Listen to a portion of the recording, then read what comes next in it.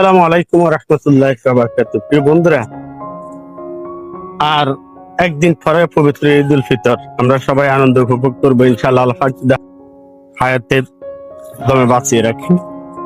এই ঈদ একমাত্র যারা আল্লাহর হুকুম 30টি রোজা কেন ভাবে পালন করার চেষ্টা করেছে তাদের জন্য আসলে প্রকৃত আনন্দ। তো আসুন, ঈদ আমরা একা একই আনন্দ উপভোগ করলে হবে না।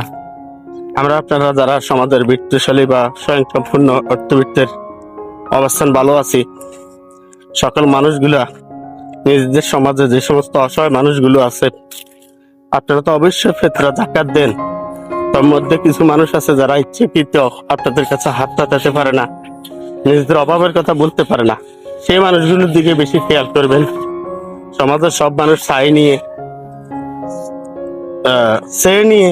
চলতে পারে না, কিছু মানুষ লজ্জা শরম সামাজিকতার কারণে পারে না। আপনার আশপাশে যে সমস্ত মানুষগুলো এরকম শ্রেণীর কিছু মানুষ আছে যারা অভাবী, অন্যের কাছে চাইতে পারে না, আপনি বিশেষ করে আপনার ফিতরা এবং যাকাতের একটি অংশ তাদেরকে দিয়ে সহযোগিতা করুন। তাহলে আমাদের ঈদ আনন্দ সবাই মিলে ভাগাভাগি করে নিতে পারবো। কারণ আপনার আশপাশে অভাবী মানুষগুলো থাকলে ওদের আপনার শুধু আল্লাহ দেখে।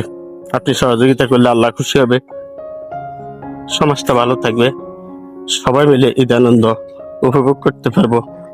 তাহলে আমরা সার্থক হবো। সবাইকে ধন্যবাদ, সবাই ভালো থাকবেন। আল্লাহ হাফেজ।